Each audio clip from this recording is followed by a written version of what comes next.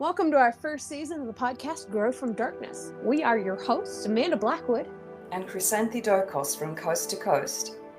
As some of our listeners know, we're both survivors of complex trauma, and it's our mission to help others experiencing similar issues. This season, we're going to be digging into trauma reactions, their long-term consequences, and how we fight back to live our best lives. Avoidance is a cluster behavior. There's a lot of different avoidances that we can develop as trauma symptoms after we've gone through something that is quite traumatic and devastating to us.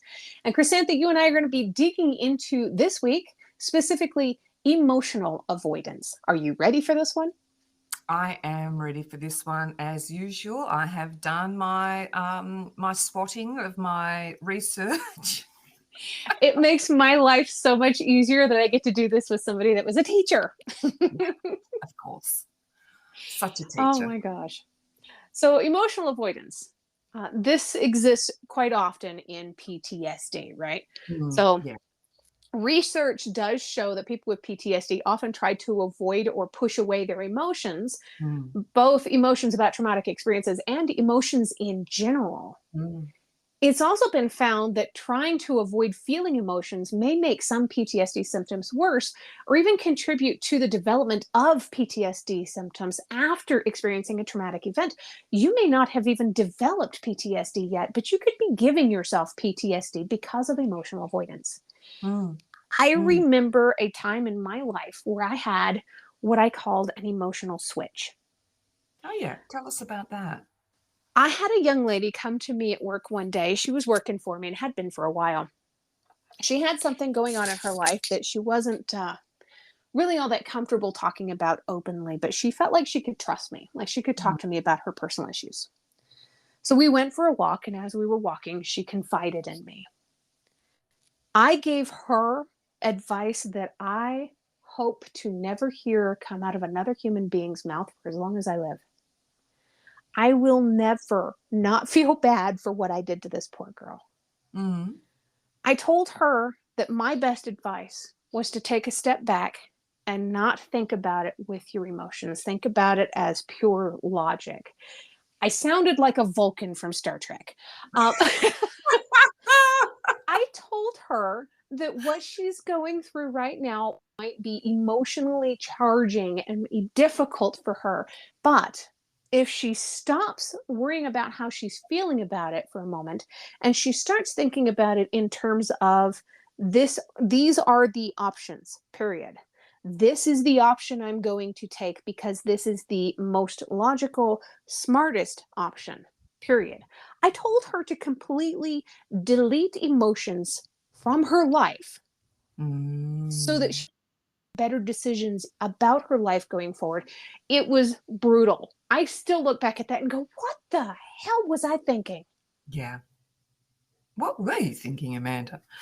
I was thinking I had already been through so much myself. Something she had said had triggered an emotional response in me. Yeah. And it wasn't that I wanted her to turn off her emotions. I wanted her to turn off my emotions. So you were projecting onto her what you wanted for yourself. Yes. Yeah. I was scared. She scared me because she had this vulnerability and this honesty about her emotions, and I didn't know how to deal with that, and that's not her problem at all. Yeah.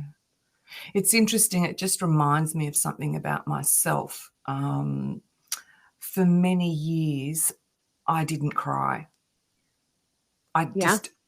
If I was really sad, I would avoid crying because I was frightened of that release of emotion. I would end up feeling exhausted. I would end up with headaches. I would end up with, a stuffy nose if I cried, and I didn't want to feel that again. I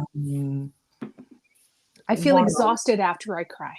Yes. And so for so many years, I just blocked that off. And it's interesting because neurologically, if you're blocking off the sadness and the pain, you're actually blocking off all those great emotions as well. Right. And you start to dissociate, you start to become numb. And some of us, and I'll put my hand up here, start using substances, whether they are illicit or prescribed substances, or alcohol, which is a legal drug, um, to deal with the emotions and numbing them. Right. And numbing them and avoiding them, these are all following the same path Mm. that's all a part of avoidance. Yes. And Yeah. while you can numb all of your emotions through those ways, it's also important to notice that you can have the ability to try to cope with and to cover up negative feelings that you don't want to feel. Mm. So it's anything that we do to try to not feel our feelings. Yeah. Sometimes this involves things like you watch a funny movie when you're feeling bad or sad about something. You're just kind of covering up what it is that you're experiencing. And Yeah. sometimes it includes things that don't work very well at all, like skipping work when your boss is mad at you. I've done that before.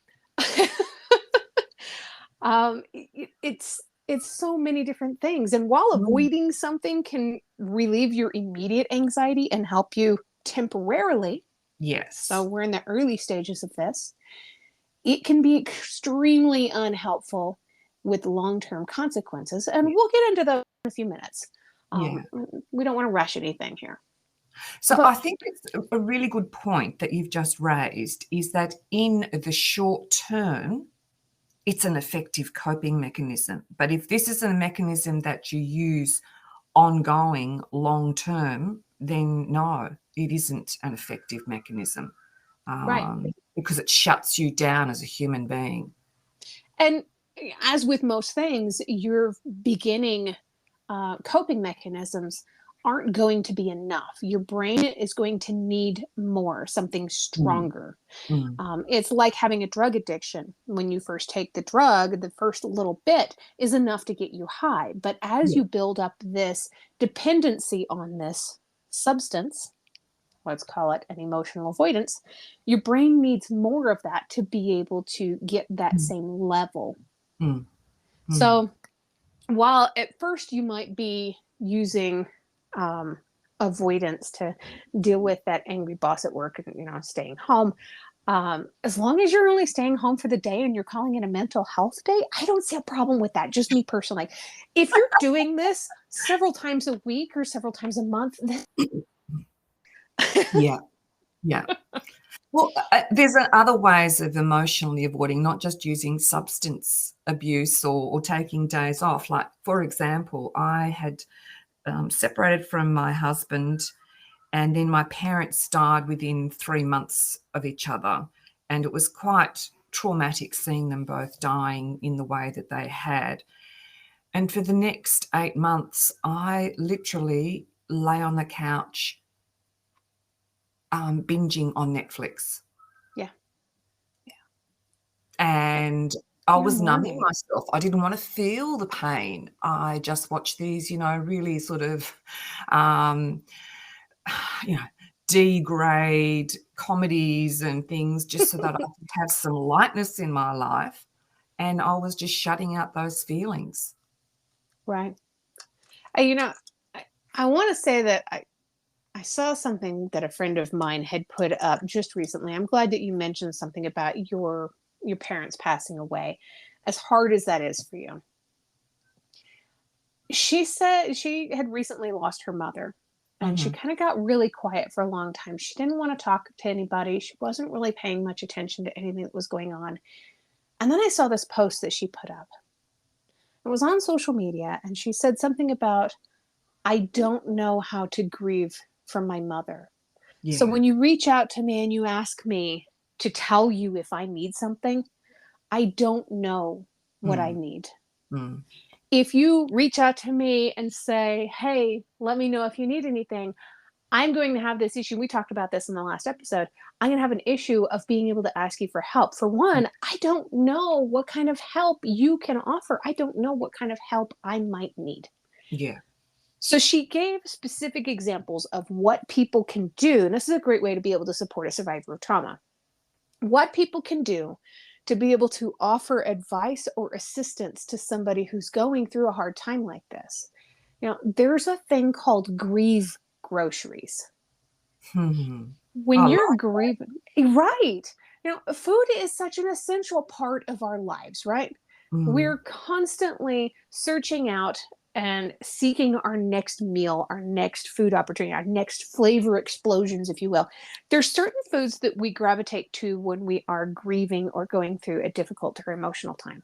And while, again, you don't want to do this for the long term because you can end up building up really unhealthy relationships with food. When you're first dealing with grief and loss and trauma, it's perfectly normal to be craving these kind of comfort foods. yes. So one Yes. of the things that she had outlined was that people could order from, Postmates or Uber or wherever that delivers groceries.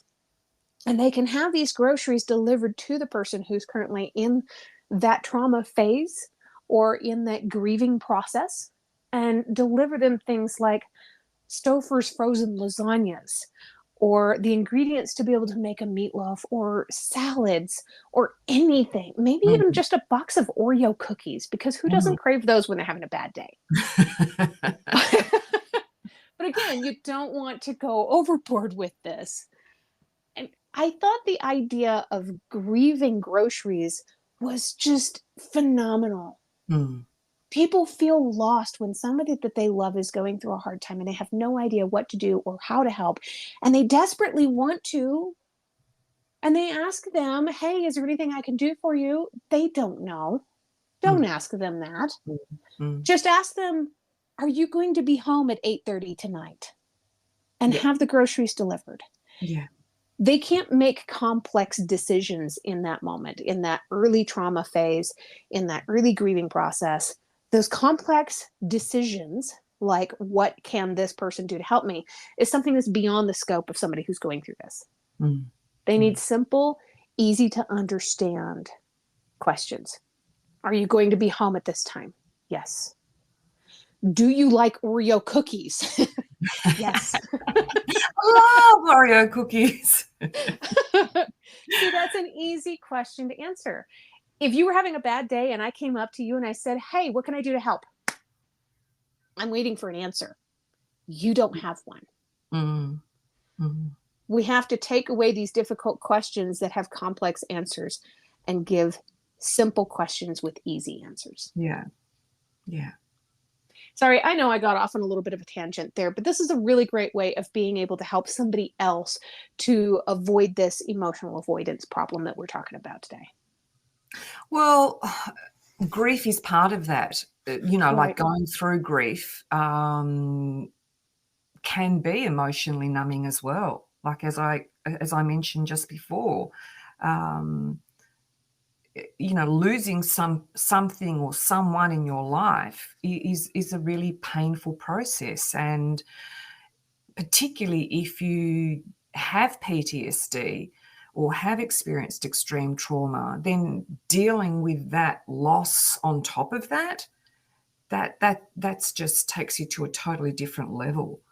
And so emotional numbing it just seems like the most healthy way of going forward, when in fact it just pushes you away from who you are and makes it harder to recover. Yeah. Yeah. I mean, how do you recover from this kind of stuff? I guess we're getting to that point in the episode now where we start talking about so that we can get into the different ways of being able to fight back against this stuff. Yeah. But before we do that, I think it's important that that emotional avoidance is not just it doesn't just impact on you psychologically, but there can also be physiological symptoms as a result of that. Right. Yeah, absolutely. So Like, for example, if you're like me, was stuck in my room for 8 months binging on Netflix and you're not actually doing anything physical, that impacts on you, you know. Oh, in so many ways. It impacts on your physical health, your mental health, everything you Yeah, got health. yeah, yeah, totally. So, I started to put on weight. My arthritis flared up. I Oof, was having sleeping problems because, I wasn't sort of shutting off from, like I'd be watching Netflix, then literally go to bed, and then my brain's working on overdrive. So you get in this loop, which is really hard to deal with. right? Um, So, yeah, it's important to understand that, although emotional avoidance sounds like just a psychological thing, it can impact on your whole life. It impacts your relationships, your mental health, your physical health, absolutely every part of your life. Mm, Yeah. mm. And I don't know about you, but I have discovered that if I don't use my imagination at least a little bit every single day, my imagination gets revenge on me at night. So if I don't allow myself to think and Mm. feel, I have the worst PTSD nightmares. Yeah, yeah, Yeah. So it's really handy to be able to fight back with it against it that way by doing something that is a creative outlet, writing, mm, painting, drawing, whatever it is. If it's a yeah, creative outlet, it helps us to cope with what it is that we're feeling, yeah, which allows us to deal with the emotions and yeah, helps to guide us through the other side of them. yeah, yeah. Because also one of the other impacts of avoidance, and having that as a coping strategy can actually lead to chronic worry or anxiety, which again then exacerbates the problem further. Right. It can lead to depression too, Mm-hmm. you know? Mm-hmm. It prevents people from dealing with the root of their problems. So when people avoid their emotions, they're also avoiding the things that are causing them to feel any emotions at all. Yeah. Not just the good ones or the bad ones, but they're avoiding friends, they're avoiding animals, their pets, their loved ones, everything. They're Mm-hmm. avoiding the things that they love most. You Mm. might have a favorite TV show that you've been working on watching through Netflix for the last, I don't know, 3 months. You might suddenly stop watching that show because you know that there's emotions tied to that show that you don't want to have to deal with. Yeah. Yeah. And it leads to this cycle of depression. And if you bury those seeds, what happens when you put a seed in the ground? It It grows, grows and right? grows and It grows. takes, yeah, it takes root and it grows. So if you take these seeds of avoidance and you bury them really deep down inside of you, it takes root and Mm-hmm. it grows. And pretty soon, your spine is the trunk of this tree that is becoming warped and ugly and bent and hurting and injured. And it needs healthy soil, it needs healthy things to get it to where it needs to be. And it's more of a fight once it gets to that stage. Yeah. Yeah. So, what do we do in terms of trying to help ourselves to actually get through this? And one of the things that for me is, and this is really hard, is reaching out to others, seeking social support. And if if we're that hyper independent, which we talked about last episode, that is a really hard thing to do. But it's important to try and seek out that social connection with other people, Right. so that you can talk about your emotions and do it in a safe space. Right. You have to be able to acknowledge your emotions. This is something that we Yeah. were talking about privately before we jumped into the actual episode. Mm, Um, mm. but the first step to fighting any kind of emotional avoidance is to acknowledge that your emotions exist. That Yeah. means that you're being aware of how you're feeling and you allow yourself to feel those emotions. It like you were saying earlier, it can be really helpful to keep a journal. It can also help to talk to a therapist or a counselor or a friend about the emotions that you're feeling. If you do choose to talk to a therapist or a counselor, it's also important to be aware that they are not um, your friend. And if you choose to, I mean, if you're talking to a therapist or a counselor, that's not your friend. That is a professional. Mm, And if you're talking to your friend, that is not a therapist or a counselor. So you mm. have to keep these kind of um, healthy boundaries. And it's so Yes. important to have healthy boundaries anyway. But when you're talking to a friend that's not a therapist or a counselor, this person wants to help you, but they do not have the schooling and the training to be able to dig deep to be able to do so.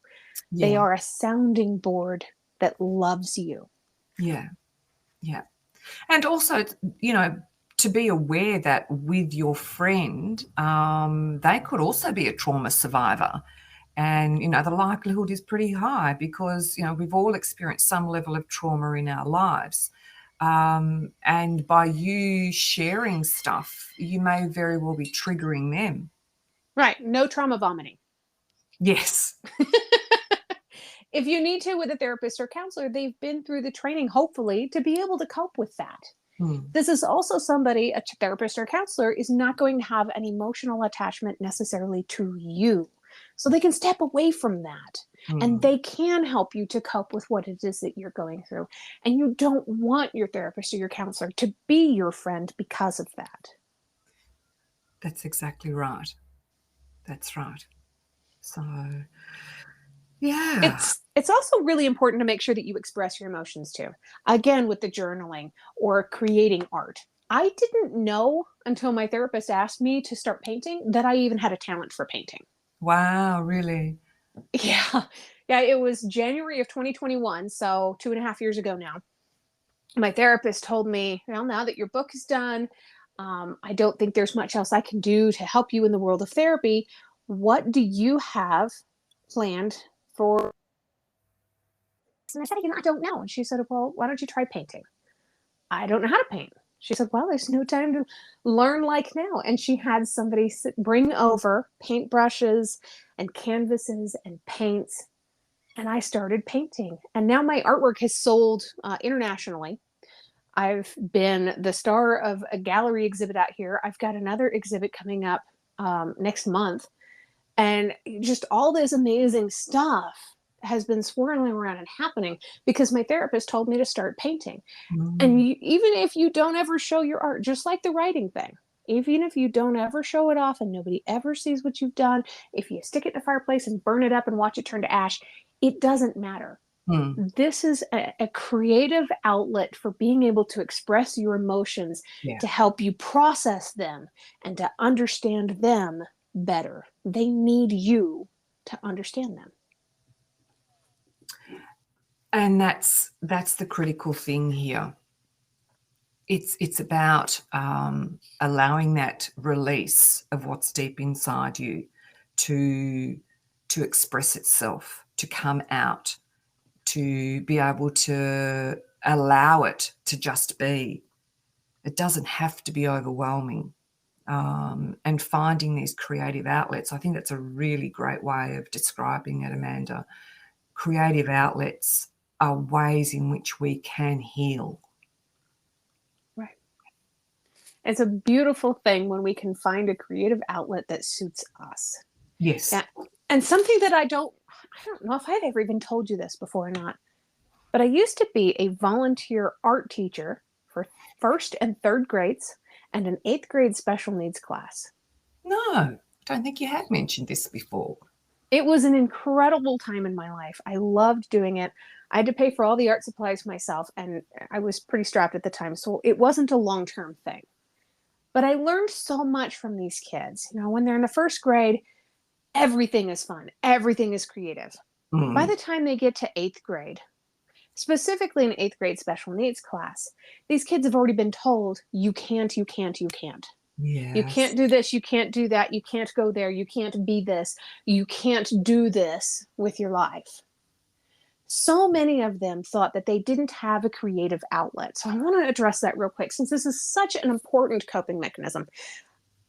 When you don't have a creative outlet and you feel like you don't have a creative outlet, you're stifled, you're stuck. Mhm. Mhm. Well, do you like music? Me, No? personally? Yeah. Yeah. Yeah, I love music. Right. Love You music. Love singing, I love dancing, love listening to right. music. So how many different creative things can we come up with that involves music? You can dance, you can sing, you can listen to it and sway your body to it. You can also write it.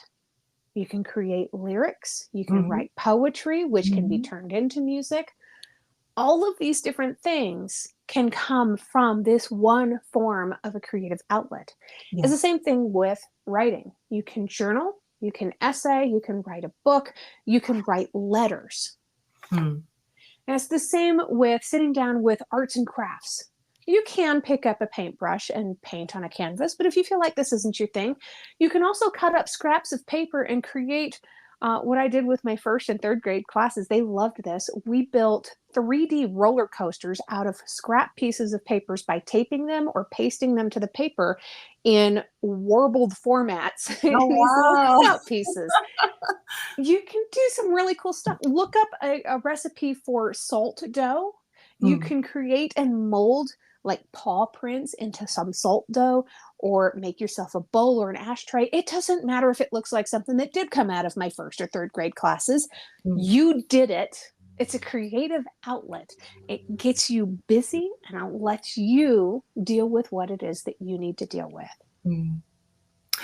And finding that inner child is really important. Like, for example, a girlfriend and I, this weekend, we have decided we're going to tap into our inner child. We're going to dress up and we're going to put 80s music on and we're just going to dance and play. That Like, sounds like so much fun. doesn't it? I know. Um, Yeah, so it's about trying to find those things that really tap into who that little person was before the trauma, before the Right? trauma. Yeah. Wow. Mm. Oh, what a beautiful thing to have. I love that you've got this outlet and you're going to be doing this. And I hope, really, really, I hope, and it's okay if you don't do it, but I hope you take photos and you put it up on your social media page to show people how amazing you are and how brave you are. Because what a cool way to recover from stuff. Yeah, and, like, we were talking on the phone yesterday and because we talked about doing this something very similar in the past, and we both avoided it. And then she called me yesterday and we were having this chat and she said, "You know, why don't we catch up on the weekend and we do this? You know, we've talked about it in the past." And I said, "Yes, I am in. Let's do this." So it's just and when I got off the phone, I just thought, yeah, I really just need to tap into that inner child, that fun, the joy, the innocence, the freedom of being a little child in an adult body, because we just seem to get so caught up in the daily grind of life, of being an adult, of paying bills, of doing this, doing that. And when you're a trauma survivor, it's even harder to just live the daily grind of life. So tapping into something as what sounds crazy and scary as your inner child is actually a really healthy way of doing things. Yeah, that's beautiful. And I think that's why I enjoyed painting so much. Yes, Yeah, it, yes. that's my inner child. That's the little bitty me. Mhm. So we've only got 1 minute left on the episode, but I want to finish this off also on a really happy note here. But it might get a little dark, and I'm prepared for that. Yes. If you were to go back and say something to your little self, 5, 6, 7-year-old Crescente, Mhm. something that you needed to hear right then, what Mm. would you tell yourself? Oh, wow. um, don't allow this adult to hurt you deep down inside. Be you, be always you, because you is beautiful.